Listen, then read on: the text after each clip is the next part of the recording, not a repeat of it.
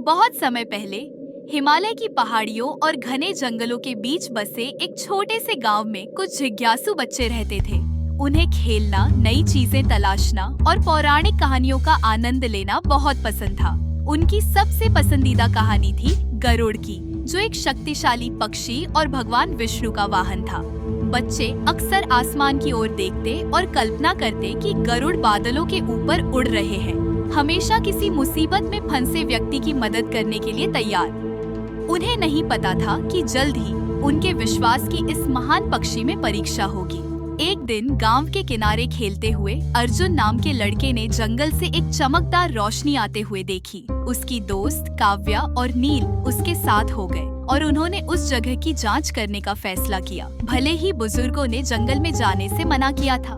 डरो मत, अर्जुन ने कहा, यह शायद जुगनू है या कुछ जादुई चीज। जैसे जैसे बच्चे जंगल में गहराई तक गए, रोशनी तेज होती गई। जल्द ही उन्हें एक विशाल सुनहरा पंख एक पेड़ में फंसा हुआ मिला।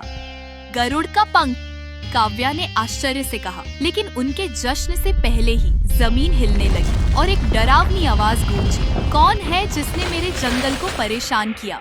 एक राक्षस प्रकट हुआ जो बच्चों से भी कई गुना बड़ा था। तेज दांतों और लाल चमकती आंखों वाला वह राक्षस दहाड़ा, तुमने मेरे इलाके में कदम रखा, अब तुम मेरे हो। राक्षस ने व्यंग्य से कहा, अब तुम्हें कोई नहीं बचा सकता, तुम्हें नियमों का पालन करना चाहिए था। डरे हुए लेकिन आशा से भरे काव्या ने सुनहरे पंख को कसकर पकड़ा और फुसफुसाई, गरुड़, अगर आप सच में हैं तो कृपया हमारी मदद करें। अचानक आसमान में अंधेरा छा गया और जंगल में एक शक्तिशाली हवा बहने लगी। राक्षस ने डर से ऊपर देखा क्योंकि एक विशाल छाया नीचे उतर रही थी। एक तेज चिल्लाहट के साथ गरुड़ पक्षियों के राजा प्रकट हुए। उनके सुनहरे पंख सूरज की तरह चमक रहे थे। बच्चों को छोड़ दो, गरुड़ ने आदेश दिया। उनकी आवाज पूरे जंगल में गूंज उठी। राक्षस गुर्राया, मैं क्यों छोड़ूं? उन्होंने मेरे जंगल में घुसपैठ की है। गरुड़ की तेज आंखें नरम हो गईं जब उन्होंने बच्चों को देखा। यह सच है, उन्होंने गलती की, लेकिन वे मासूम हैं और उनकी जिज्ञासा स्वाभाविक है। उनकी सजा देना सही नहीं है। राक्षस झिझका, लेकिन फिर गुस्से में बोला, अगर मैं उन्हें न छोड़ूं तो तुम क्या करोगे? गरुड़ ने कहा, हे राक्षस, मैं सभी पक्षियों का राजा हूँ, मैं भगवान विष्णु का वाहन हूँ। फिर भी आप जानना चाहते हैं कि मैं क्या कर सकता हूँ? राक्षस ने कुछ देर तक सोचा। उसने कहा, आइए इस समस्या को बुद्धि से सुलझाएं। यदि आपने मेरी पहेली का सही उत्तर दिया तो मैं बच्चों को छोड़ दूंगा। यदि आप विफल हो गए तो मैं बच्चों को अपने पास रखूंगा। गरुड़ ने सहमति में गर्दन हिला दी। राक्षस मुस्कराया, अपनी चतुराई पर भरोसा करते हुए। ठीक है गरुड़, यह बताओ, मैं जीवित नहीं हूँ, फिर भी बढ़ सकता हूँ। मेरे पास फेफड़े नहीं हैं, फिर भी मुझे हवा चाहिए। मेरा कोई मुंह नहीं है, फिर भी मैं सब कुछ खाता हूँ। मैं क्या हूँ? बच्चे डरते हुए देख रहे थे, जबकि गरुड़ ने अपनी आंखें बंद कर ली और सोचने लगे। कुछ क्षणों बाद उन्होंने अपनी आंखें खोली और कहा, उत्तर है आग। राक्षस का चेहरा गिर गया। तुम सही हो।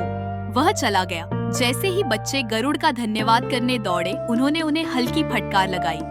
जिज्ञासा एक उपहार है, लेकिन इसे जिम्मेदारी के साथ संतुलित किया जाना चाहिए।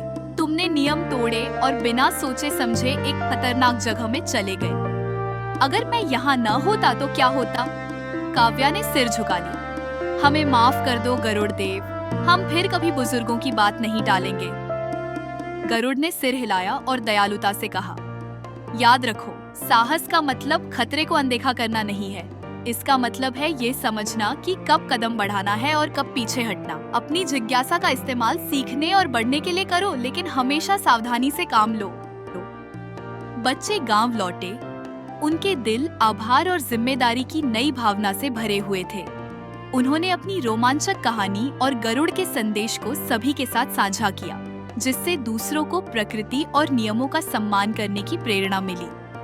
ऊपर गरुड़ आसमान में उड़ते रहे, उन्हें देखते हुए और किसी भी जरूरत में मदद करने के लिए तैयार।